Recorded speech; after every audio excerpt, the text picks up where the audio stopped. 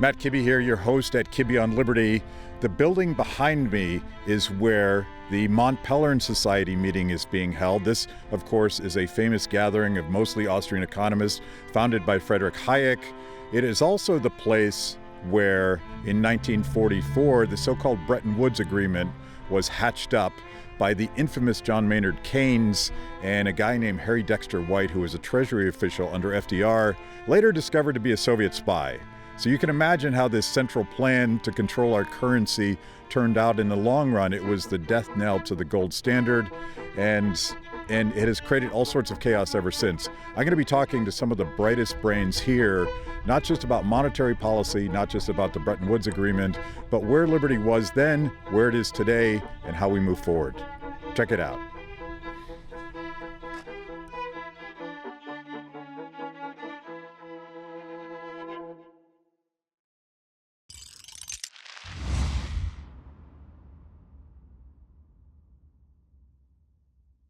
Cheers.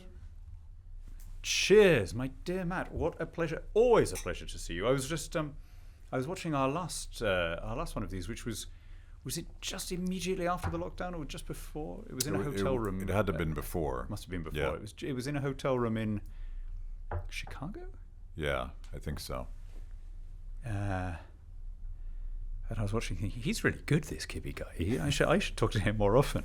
He asks really searching good questions. We should figure out ways to collaborate because my aspiration in life for the people is to help explain things in common sense, simple terms, and we're here at Mont Pelerin, and there's all these. There's not a lot of that going on. There's a lot of big, beautiful brains, but they're using their spreadsheets and spreadsheets. I was just at a great talk. I mean, a really great talk on what is the impact of World Bank loans, but every slide was equations, right?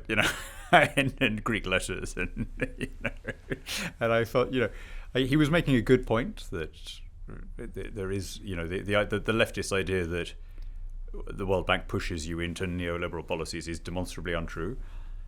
But if he just said that instead of leaving you to interpret it from the Greek symbols, it would have reached a lot more people. There's, I'm an Austrian economist by instinct, and our point.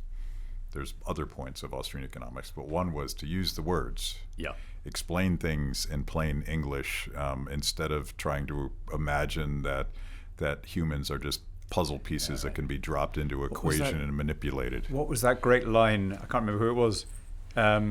Mathematics brought rigor to economics. Unfortunately, it also brought mortis. Yeah. So true. Speaking of scientism, you are from the UK. People might have already figured this out from your accent, and you are now a member of the House of Lords. How did that happen? I was put there by Boris. Yeah. Well, I was put there by the late Queen, but on the advice of her First Minister, who at the time was Boris Johnson. Honestly, it's not a particularly defensible system. We're supposed to be half of the legislature. We're one of the two chambers, and yet we are appointed by the executive, which is kind of, given that we're supposed to hold the executive in check, is not great. The one thing that it does have going for it, which I would really recommend to other legislatures, is you don't get a salary. You get some compensation for the days you turn up as recognition that you're taking time off work, but you're expected to carry on with a normal job. So it's a little bit like the Texas state legislature. It's citizen legislators, and I'd love to see that more widely applied. Yeah, I didn't know that. Like we have the opposite system in the U.S. Senate, where you become a politician with no money, and somehow magically, well, you never retire. You die in office in your 90s apparently, but you die a very rich person. It's telling, actually. The gerontocratic side of U.S. politics has something to do with that reward structure, doesn't it? Right, and it cannot be healthy to have your politicians looking to the state for every rise in life. It's bound to affect how they think about government. So you have been an outspoken critic of lockdown. I'll call it lockdown authoritarianism, and you were one of the few voices that I saw across the pond that were asking sort of obvious questions about whether or not this was really about human health, and whether or not we were balancing costs and benefits, and whether or not we were considering the collateral damage of these extreme policies. But I still struggle to understand why Donald Trump on our side and Boris Johnson on your side agreed to something that was so contrary to any sort of policies or philosophies or things that they espoused. Particularly in Boris's case. I mean, I struggle to identify anything that I would dignify with the word philosophy behind Donald Trump, apart from maybe protectionism. I knew I'd stepped in that one. But Boris actually, I mean, and Boris's detractors say the same thing about him. He doesn't believe in anything, which is not true. The one thing he demonstrably does believe in and has done in every speech, every article, all his life, is not being pushed around. He hates the nanny state. There was a really famous occasion when he was asked, "Who's your hero in politics?" Right, and you know what he said? It was great. He didn't say Thatcher or Churchill. He said, "Yeah, now, what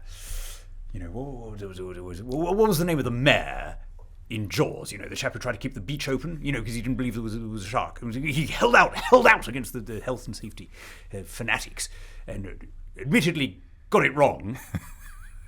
But in real life, what are the odds that there have actually been a shark, right? Which, of course, is spot. Now, even he ends up going along with it. Now, the short answer is, how could any politician go against the official advice? But that then just raises another question, which is, why was the whole of the state's machine geared up for maximum overreaction? And I think the answer is, it's structural. If you are a state bureaucracy, you are never going to say, you know what, probably not a big deal. Just relax and see how it goes. Because if you err in the side of excessive caution, you blow away gazillions of dollars and you overreact and you lock people up and so on, no one is ever going to criticize you for that. Better safe than sorry, right? You err 1 millimeter the other way and you're done. And that is true whether you're a politician or a health advisor. But the other factor here, and I did speak to Boris a bit during the lockdowns, and I've spoken to him a lot since. It's you could maybe hold out against the scientific advisor panels and the medical establishment if you had public opinion on your side. But what we learned, terrifyingly, is how authoritarian our fellow countrymen are in your country and in mine, and indeed everywhere, right? When China locked down, I thought, thank God I live in a place where that couldn't happen. Boy, did I get that wrong. Yeah. I mean, Fauci was explicitly pointing to the Chinese as this heroic solution to this problem. And the one thing, like, Trump has no governing philosophy, but his first instinct, he sort of blurted it out, as he blurts out anything, was, we can't lock down the economy. That's crazy. Right. And it was, of course, crazy, but we did it. And there was this clamor from all sides, and people still kind of don't want to admit that they were wrong. A few people have, I mean, over time, I think there's going to be a massive backdating of people's actual opinions, right? Yeah. So a little bit like the Iraq War. People now genuinely think they opposed the Iraq War when we know from all the opinion polls that it was massively popular, again, in your country and in mine, at the time of the invasion. Everyone does this. You know, psychologists call it hindsight bias. All human beings struggle to imagine that they ever held a different opinion from their current opinion. And I think that will eventually happen with lockdowns, but we're not there yet. I mean, 93% of people backed the first lockdown in the UK. 93%. 85% backed the second lockdown. 78% or 77% opposed the final lifting of restrictions when it happened. Boris was pushing through the liberalisation in the teeth of public resistance and against all the medical advice. So one of the most colossal sort of unfairnesses of politics is that he ended up being brought down by all this, when actually he was one of the handful of people, this all came out when they were leaking all the sort of WhatsApp messages, who'd been trying to resist it. Yeah.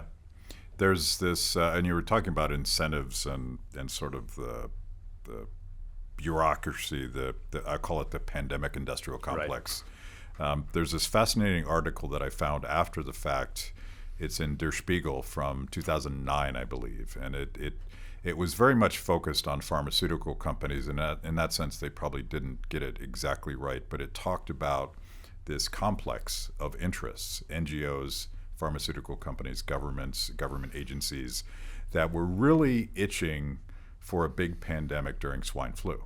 Right. And it geared up and all of the hysteria, and perhaps your friend from the Imperial College came up with some sort of scary number. He did. He literally did with swine flu, Neil Ferguson. So I was, I know how lonely it was. I was one of the people who was against the lockdown before it happened. And I wrote a piece in February 2020 saying, do not do this, and specifically citing bird flu, swine flu, all of the other bogus claims, and making this point that all the incentives were skewed for the politicians, skewed for the journalists, because I've worked under, I think, 11 editors as a columnist, and I've never known a single one of them say, Hannan, write a piece saying that we've slightly overblown the danger here. Right? It's just not how a newspaper sells, right? So I could see that all the incentives were wrong. Honestly, I think I've never had such hatred as I had during those early days. Yeah. You're killing my grandmother, being a Brexiteer or intervening on the Israel-Palestine thing or any other. I've never had so much abuse as when I was an out of the traps lockdown skeptic. But I have to say, given what we can now see, everything that the other side was claiming has turned out to be baseless. And the proof of that is to look at the final results. Do you remember that at the time, in March, April 2020, there was a lot of talk of wait until the final figures are in. Different countries measure this differently. Do you die of COVID or with COVID? Some countries can't even measure that. So my native Peru, right, which had the strictest lockdown and the worst claims, it was actually, and the worst numbers of COVID deaths. The numbers are actually probably even worse now that we've seen the final excess mortality rates from Peru, but they didn't have the capacity to measure who had COVID because they just didn't have that capability. So at the time, everyone said, wait until the final figures are in. Well, the final figures are now in the sense that we can look at the one figure that is consistent, methodology doesn't vary, across different countries. Excess mortality rate. How many people died in the last 3 years? How many people do you expect to die this year? Whether you do it just as an average of the last 3 years, or whether you tweak it for obesity or age or whatever, right? However you measure it, you find that if anything, there is an inverse correlation. There is certainly no correlation between stricter lockdowns and saving lives. The country that is at or close to the top of the list in terms of the highest survival rates is Sweden. Sweden, which everyone was vilifying at the time, including Donald Trump. They tried it in Sweden, didn't work, But the really interesting thing, and this I just think is tragic, it almost makes me want to weep. Sweden, everybody got COVID, no lockdown, very few restrictive measures. They banned some very large meetings, right? But basically they said just use your common sense. At the other end of that scale, Australia and New Zealand, where there were almost zero COVID deaths, right? Because they were able, New Zealand particularly was able to cut itself off from the world because of its geographical position. Australia, likewise, was able to stop it coming in. They did have some very, very strict lockdowns, though, especially in the state of Victoria. Australia and New Zealand had a higher excess mortality rate than Sweden did, right? So just to be clear about this, country where everyone gets COVID and there's no lockdown, one of the lowest excess mortality rates in the world. Countries where there are almost no COVID deaths, but where there are lockdowns, worse excess mortality. I'm afraid there is only one way that you can interpret that data, which is the lockdowns killed more people than they saved. I don't see how else you can spin that. Right? So all of this stuff we were getting about, you're putting the economy before human health, why don't you care about people's lives? The lockdowns, quite apart from cratering our economies, leaving this kind of smoking mess where our economies used to be, and the debt and all the rest of it, and the loss of liberty, failed fundamentally in their own terms because they far from saving lives, guess what? Who'd have thunk it? Locking a bunch of people up together had deleterious healthcare impacts. At Kibbe on Liberty, freedom is a lifestyle 24/7, something you live and breathe and wear every day. If that describes you, you need the very best Liberty swag in the market today, just like this shirt I happen to be wearing. Go to freethepeople.org/KOL and check out our exciting merch. You too can love liberty and look cool. Thinking of, and I think this is one of the reasons that we could have reasonably predicted exactly that, because we understand basic economics, we understand trade-offs, and then I'm thinking of that famous Thomas Sowell quote that there are no solutions, there are only trade-offs. And you don't have to work very hard to Google the fact that the leading cause of death was never COVID. It was heart disease. Exactly. It was cancer. It was a number of things that have spiked predictably. Yeah. Drug abuse, drug overdose, suicide, like the list. And we could have reasonably expected these things to happen, not being health officials, not being scientists. Just by applying normal, basic understanding of human behavior, if you don't want to call it economics, right? Exactly right. I was genuinely shaken by how few people were capable of doing that. I've never been one of those people who thinks that libertarianism is other than a fringe position. I've always understood our numerical limitations, right? But I was so taken aback by the number of people, the line that we kept on hearing over and over again, not from the far left, but from everybody, was, you're putting the economy before lives, before human lives. And I was thinking, what do you think? What do you understand by that word economy? I mean, that's the word we give to the transactions that maximize our welfare, right? The free trades that people make to improve their happiness. And it came as a shock to me to learn that 80% or more of the population thinks of the economy as some machine that churns out gold ingots for the rich, right? Rather than being the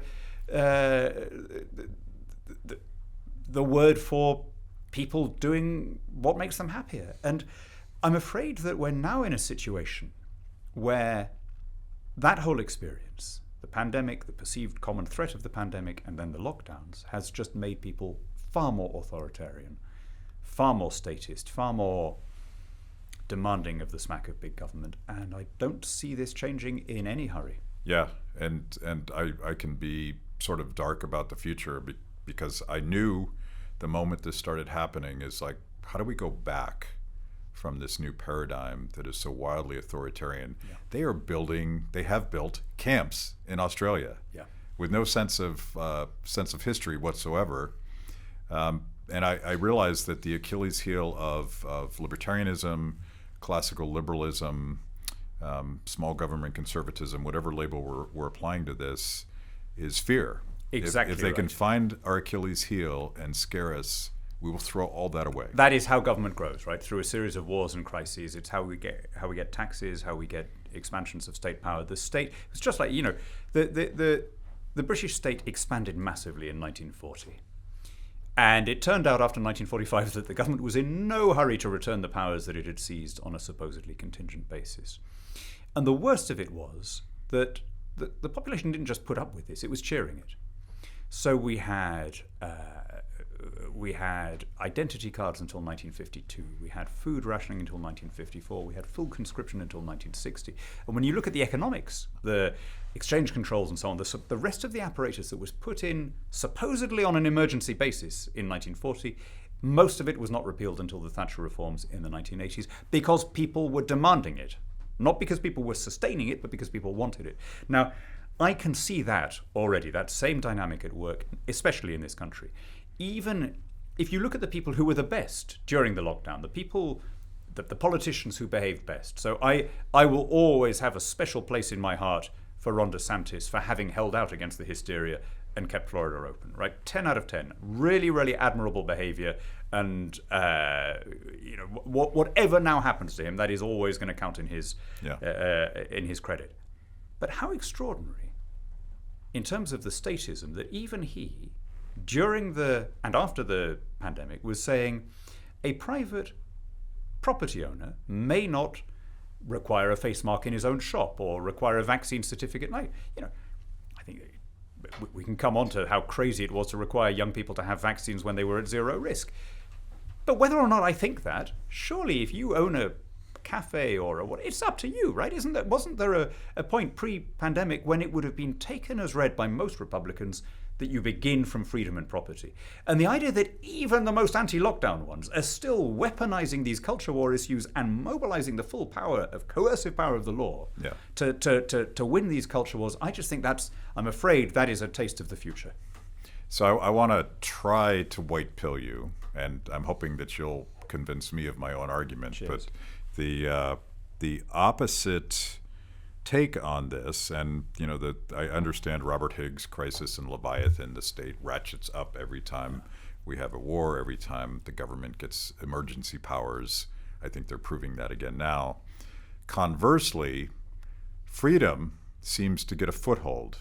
The sense of liberty and individual purpose seems to get a foothold when things get really bad and government so demonstrably fails.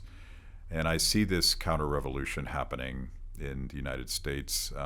I'll cherry-pick data here, but New Zealand apparently has completely wiped out Ardern's progressive lockdown insanity experiment. And there may be hope there. It's perhaps noticeable that Donald Trump and Boris Johnson paid a price for this, but now I'm seeing other politicians who were on the other side start to lose some hope. And maybe you saw this on Bill Maher the other night. There was an NYU professor who was apparently like a lockdown fascist. Like there's no other word for it. He wanted to punish people for not complying with vaccine mandates and mask mandates and all that.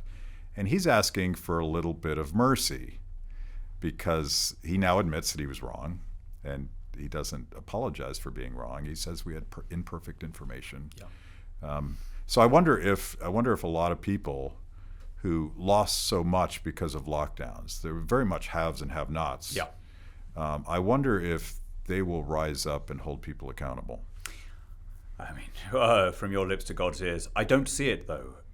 You're right, there were haves and have-nots. A friend of mine had a lovely phrase where she said, there wasn't a lockdown. There was professional people skulking at home while working class people brought them things, right? Yeah. And definitely there was a rural, the laptop urban class. Right. Yeah. And there was a young old thing, and there was a public sector private. I mean, the public sector in my country is never going to come back to the office. I mean, they've made that very brutally clear. There is, as a result of which we are suffering from a kind of long lockdown in terms of absenteeism from work, in terms of waiting lists for health procedures, plus the weight of the debt. I mean, don't even get me started on that.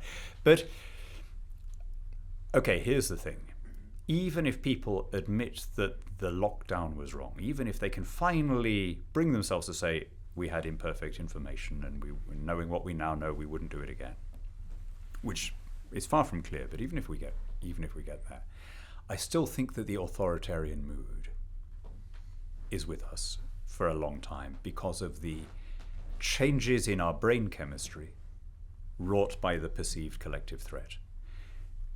Psychologists have observed this, for decades, that if you have an earthquake or a war or a plague or anything that is a threat, a communal threat, it makes. I mean, let me put it in as balanced a way as possible. It brings out some good sides in people. It makes people care for their neighbors and so on. There's a great book by a guy called Sebastian Junger called Tribe, and he interviews survivors of the siege of Sarajevo, and they're all saying, look, there's something that we're all missing. Don't get me wrong, we didn't like being shot at by snipers, but don't say we want the war back, but we had this sense of shared purpose. All the boys would go off to the front every day and the girls would get everything ready and run everything, and then they'd come back and we'd party all night, and there were no strangers. There was a little hint of that in the lockdown, right? I think I live in a small village, it was definitely happening.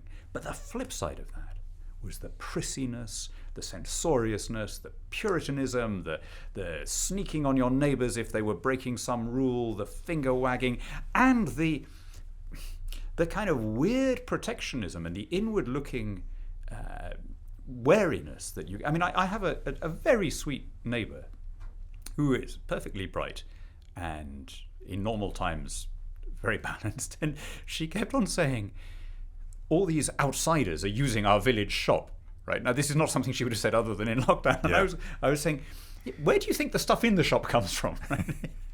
But I'm afraid that is what has moved the dial. And yes, it may come back a bit, but never to where it was before. Thank you for joining me today on Kibbe on Liberty and for being part of our fiercely independent audience. Every week, my organization, Free the People, partners with blazetv to bring you this show. My guests bring smart perspectives on everything from current events to timeless philosophical debates.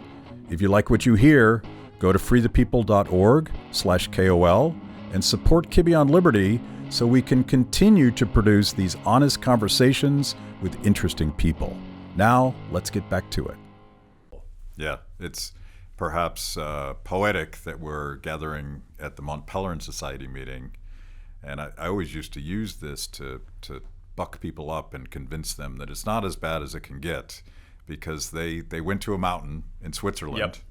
And they were hiding on all sides, surrounded by Marxists and fascists and communists, and everybody wanted to kill the liberals. And there was only a couple dozen of us at the time. Right. But what's that line from King Lear? The worst is not come, while we may yet say the worst is not come. Right. I mean, almost literally. No. The day may come when this kind of YouTube clip will be censored, but the worst has not come. Yeah. Well, at least it'll live on X, if not if not on YouTube. And actually, by the way, that I think is the one great hope, because I was a real Matt Ridley, Johan Norberg, Steven Pinker, rational optimist until 2020. Yeah. Right. I couldn't see how else you could read the data. The years since then have changed me, and I'm much more alarmed than I was by the thought that we may have just lived through a brief liberal interlude, like an interglacial, if you like, and that the last 300 years were an aberration, and that the authoritarian style of government that we had for the previous 10,000 years will come back in one way or another. And my evidence for that is it was already happening before the lockdowns, right? So Steven Pinker's book, The Better Angels of Our Nature, and Matt Ridley's The Rational Optimist were both published in 2011. 2011 is beginning to look like the peak year for freedom. The trends that they reasonably extrapolated turned out not to continue. So there are various organizations that measure freedom and liberal democracy in the world, right? The Economist Intelligence Unit, there's a thing called the Ideas, there's a thing called the Democracy Index, the UN does one. And they all have slightly different methodologies. But they all show the same thing, which is that at some point between 2010 and 2015, what had been a 7-decade shift towards liberal democracy stalled and started to go into reverse. The lockdowns have massively accelerated it, because we had to ask permission to do the most basic things. And I think the relationship between state and citizen has been permanently and malignly altered. And so I'm beginning to think, in a rather sort of gloomy, sort of Spenglerian way, that maybe we're going to look back on the period that you and I grew up in as this brief moment of individualist sunshine, and we're going to get used to being pushed around again. Yeah. So I'm again going to try to white pill you. Go on. In hopes that I am convinced myself. But I wrote several books at the time predicting in a very romantic way the democratization of knowledge and how technology was going to shift all the power to the end user. And I think all of that was true. And then the empire struck back. And thanks to Elon Musk, we now know the extent to which my government was wanting to censor the tweets of an average guy who said something like, do we really need to wear a mask, or is lockdowns really the right thing to do? They were so overwrought in their attempts to squash this democratic bottom-up platform. I think they're desperate. And I think that the same period that you're describing with Liberty in Retreat, it was very much manipulated and orchestrated by all of the interests, vested interests, government interests, crony capitalist partners of theirs, and they're afraid that freedom might in fact be something that people want. So I see this counter-revolution happening, and I wonder if we can't take advantage of that, not because it's going to work, but because we don't have a better option. I mean, look, give me any of those white pills you've got going, right? I'll scoop up great double handfuls and guzzle them. But I mean, even in Canada, the country that you would think would be the most kind of, squeamish about this, they were taking people's bank accounts away for saying the wrong thing. They used to be so right? nice. I mean, it is okay. My joke, by the way, is I do support a wall, but I want it in the north and not the south. Right. Well, and actually, I one of the few. Here's my little bit of optimism. I think the best centre-right politician in the world right now is the leader of the Canadian Conservative Party. I think he would be very, very comfortable talking with the people of this Mont Pelerin Society, and he has managed to turn Austrian economics into a populist cause, which is. He's one hell of a communicator and a man of unbelievable energy and intelligence and principle. So there is one bright spark. But I mean, leave COVID to one side and just look at how standard it is now in this country for the losers immediately to go to law whenever there's an election result they don't want. How difficult, how much people are struggling with the idea that you should elevate process over outcome, that you should accept decisions that you don't like because that's the rules, right? Or because a majority has voted. As we're talking, we just got the news that Mike Pence has pulled out of the Republican nomination, right?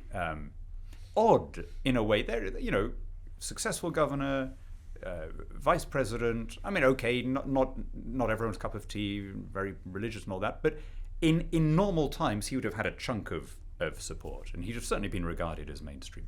He was struggling to get above 3%. Why? I would love to say because he went along with Trump for as long as he did with all the abuses of all the normal norms and guardrails. But of course, we all know the answer is that it's because he stuck to his oath of office and defended the Constitution. Now, there comes a point. I really hate to say this, madam. Please don't think that I'm saying this in any carping spirit. I say this from the bottom of my heart as a friend of America and a friend of American democracy, and as somebody who, for most of my adult life, has felt much more affinity with the Republican Party than with my own British Conservative Party. But when I look at these Republican debates, I'm left with the conclusion that we don't have a party problem. You could fix a party problem. We have an electorate problem. If you cannot get elected now without going along with something that you know to be untrue, namely that the whole election was rigged, that is an electorate problem. Now, was it caused by, multiplicity of media? Was it caused by people spending those 2 years of lockdown looking at their screens too much? Was it caused by the great segregation of population of Republicans and Democrats? I don't know. But I have a horrible feeling that this may just be what the rest of the world is heading towards. The identity politics, the racial animosities, the absolute refusal to compromise on politics. And an open society can't sustain that, not for very long. If you've made it this far into the show, it means I must be doing something right. Kibbe on Liberty is just one of the amazing products we create at Free the People. We tell emotionally compelling stories and produce educational videos for the liberty curious. Our award-winning documentaries personalize all things liberty, independence, creativity, hard work, integrity, and perseverance. After the show, check out our work at freethepeople.org. And if you like what you see, donate to support what we do. That's freethepeople.org. Now back to the show. Yeah, we with another guest I was just talking about, Deirdre McCloskey, about this dilemma of national conservatism, which by any understanding of the word conservatism that I have grown accustomed to, it's a contradiction in terms because they're basically socialists who have different end goals for using the power of government. Yeah, so well, I mean, maybe conservatism in like a Russian sense or something. Yeah. They would understand it. But yes, I mean, for most of my life, the attacks on freedom and free markets came from the left. And the main argument was something like, these neoliberal policies of yours are good for the rich and for the developed world, but they are bad for the have-nots. Now that was so clearly, defeated by the data. It was not compatible with what people could see, and so you had the kind of the left generally went through its kind of Bono moment of saying, hey, you know what? Free trade and globalization is a pretty good poverty alleviation mechanism. Now the attack is coming overwhelmingly from the right, from people saying, yeah, maybe good for these poor people, but what about us in the developed world? And of course, it's equally false, right? The globalization has been incredibly good news for this country, incredibly good news. During the Trump term, I used to watch his Twitter feed, oscillating between they're laughing at us on trade, we've got to reshore, and look at these jobs figures, best economy ever. Like, only one of those can be true, and it was the second one. Yeah. Well, let's talk. Now that we've really depressed everybody, let's talk about things that are even more controversial. Yeah, right. I'm going to need a drink before. Currently, yeah, you'll need a drink. Currently, we were debating whether or not to spend more money in Ukraine. The United States has spent hundreds of millions of dollars and hundreds of billions of dollars. Is that right? No. What's the number? Definitely not hundreds of billions. I mean, the allegation is 40 billion in defense. But honestly, I mean, I don't want to be all neocon warmonger here, but the way you get to those big numbers is by costing every crappy old 1960s armored personnel carrier at the price of the new Bradley that you were going to replace it with anyway, right? So the cost argument here, I just don't buy. Yeah. I mean, I get the argument of principled non-interventionism. Fine, I think it's a bit tricky when the US was a guarantor of the Ukrainian independence in exchange for giving up their nuclear weapons. But I totally get the people who say, look, I can't stand Putin, but wake me up when he gets to Portland, Oregon. It's a consistent position. But pretending that this is all about the money, I mean, a US general who can significantly degrade the military of one of the two main challengers to the US, one of the two main unfriendly powers, for 40 billion without a single US life being at risk, that's a hell of a victory, right? So what do you think is going to happen in Ukraine? And I want to talk about something even more controversial, Israel. I mean, all right. I'm not a big enthusiast for engaging in wars. I was an opponent of the Iraq War.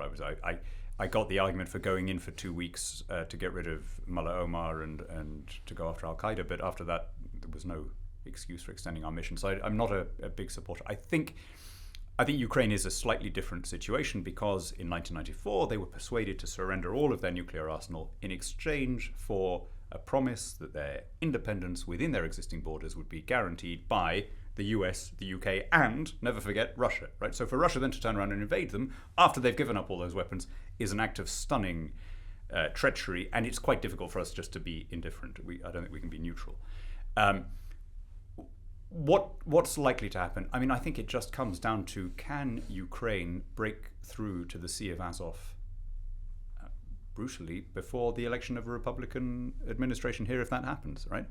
So if the Ukrainians can reach the sea, which is possible at the moment, it's not going brilliantly, but we've got another 14 months or whatever, then I think that that opens a door to a peace, because at that point, Crimea can't be resupplied across the Kerch Straits. So Ukraine would have effectively kettled the entire Russian garrison in Crimea, between 100,000 and 200,000 people. Ukraine would effectively be in a position to say, if you want to see these guys again, we do a deal. And I think that would be an end to the war. How amazing, Matt. If I traveled back in time and told my younger self of even 10 years ago that a Russian autocrat was basing his hopes for victory in an aggressive war on the election of a Republican administration, my younger self would have struggled to believe it, right? But that is obviously now Putin's strategy. It's to wait until Trump or someone of similar views takes over and pulls the plug. So what about Israel? There is no silver lining about any of this. Every aspect of the war there is ghastly. What's happened to Israel is unspeakable. What's happening to people in Gaza, to civilians, is unspeakable. And I really fear that there will be a spillover into other countries in terms of breakdown of community relations. Suppose, for example, we've had massive marches every Saturday in London, and don't get me wrong, a lot of people on those marches are just concerned about civilian casualties in Gaza. Absolutely fine. In fact, honestly, given what's happening in Gaza, there'd be something wrong with you if you were not concerned about it.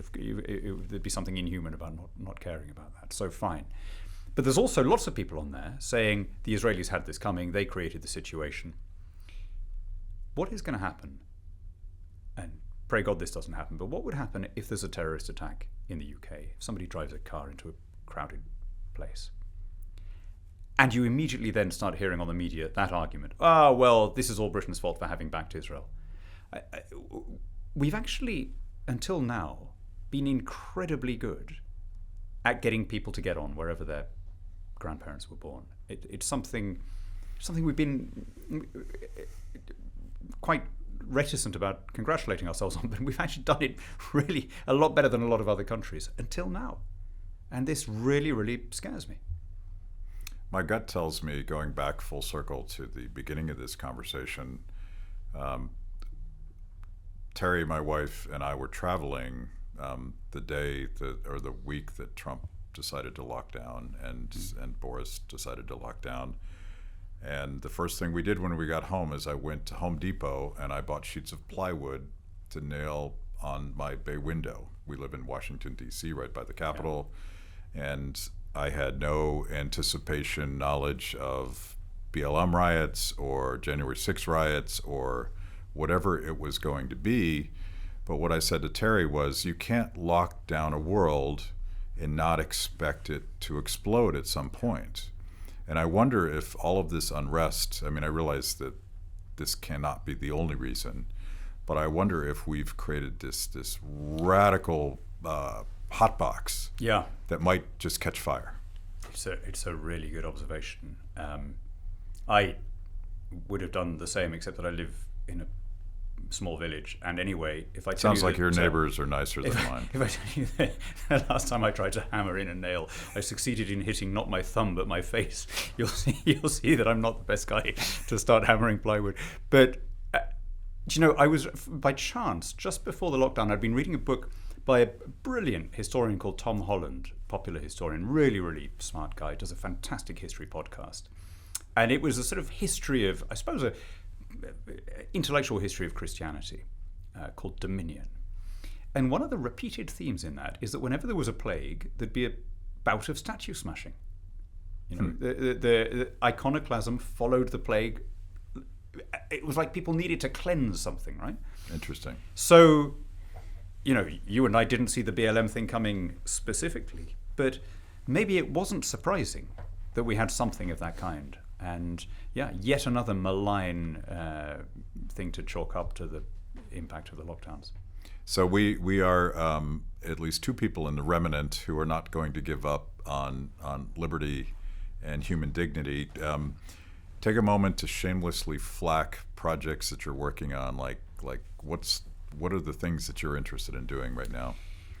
A lot of things. One of the things that is still in a very slow way getting a bit better is that Britain outside the European Union is adopting a more liberal attitude to trade, and that is hugely counter-cyclical at the moment.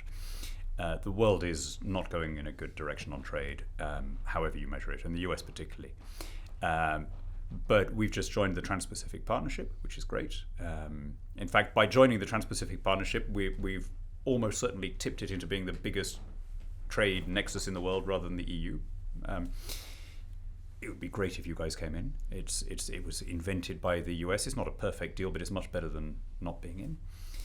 We're about to do a deal with India, touch wood, which would be fantastic, particularly fantastic for India. It'd be the most ambitious one they've done.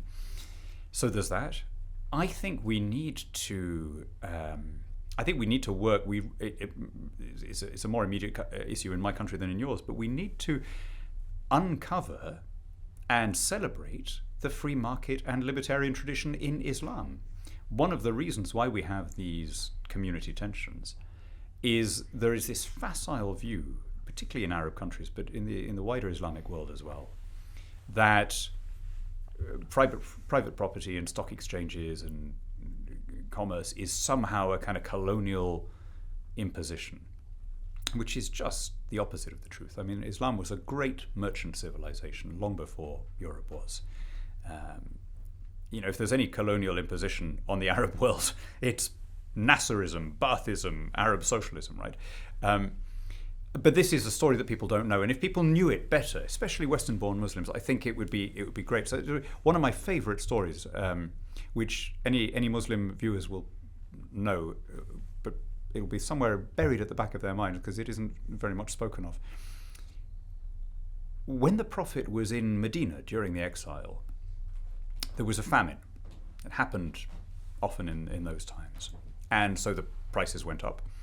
And a delegation went to him and said, Prophet, you have to tell the market traders to cut their prices. Right? He was a businessman. Like the whole of his life, he had been a trader. So he understood what happens if you have artificial price fixing, right? What happens if you artificially set the price of something too low, people stop bothering to bring it to market, you end up with a worse problem than you began with, right? So what does he say? He sends the delegation away and he says, prices are in the hands of God, right? So this is like, 1,200 years before Adam Smith, right? Going back to the lockdown, how many times did we hear the argument, oh, it's terrible the way people are profiteering with hand sanitizer or face masks. Why can't we set the prices? Right? Because plywood. Right, the plywood, right. Or why can't we give the vaccine away? People had not internalized the point that the Prophet was making, 1,400 years ago. So uncovering that tradition and teaching teenage kids of Muslim origin that tradition, that's my new current obsession, because you were quoting the great Thomas Sowell before, and one of my favorite, in a crowded field of great Thomas Sowell observations, is where he said you can't operate a free society on the basis that two babies born on the same day arrive in this world with a set of pre-existing grievances against each other. That is equally true if you think of sectarian differences, and we have to have a basic understanding that elevating the individual above the collective is how we run our societies. I would love your counsel on that, because one of my projects, and it's probably a hopeless project that will very much upset my viewers, but I would love to find these common sense human values. I would call them libertarian values. Don't hurt people, don't take their stuff, keep your promises, whatever those are. These are not unique to one faith or one creed. And I would love to find someone, a classical liberal who is Muslim. And I've met these folks at the Atlas Network and otherwhere, and I'd love to have that conversation. I mean, obviously you find individuals, but I mean that was the Prophet's last sermon. Almost his last words on the earth were, "Your lives and your property is sacred," or as you just put it, "Don't hurt people, don't take their stuff."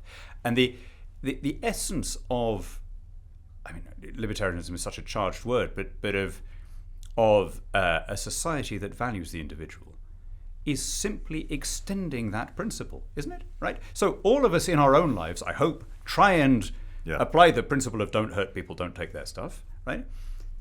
When I was an elected politician, that shouldn't have given me a special pass that allowed me to break those rules. Basically, that's all we're arguing, right? The fact that you happen to be to call yourself the government, even if you're a democratic government, shouldn't mean that you can coerce or expropriate people, right?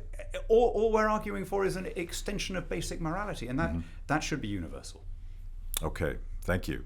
And we will convene downstairs at the bar, I hope. Great stuff. Thank you. Always a pleasure, Matt. Yeah. Thanks for watching. If you liked the conversation, make sure to like the video, subscribe, and also ring the bell for notifications. And if you want to know more about Free the People, go to freethepeople.org.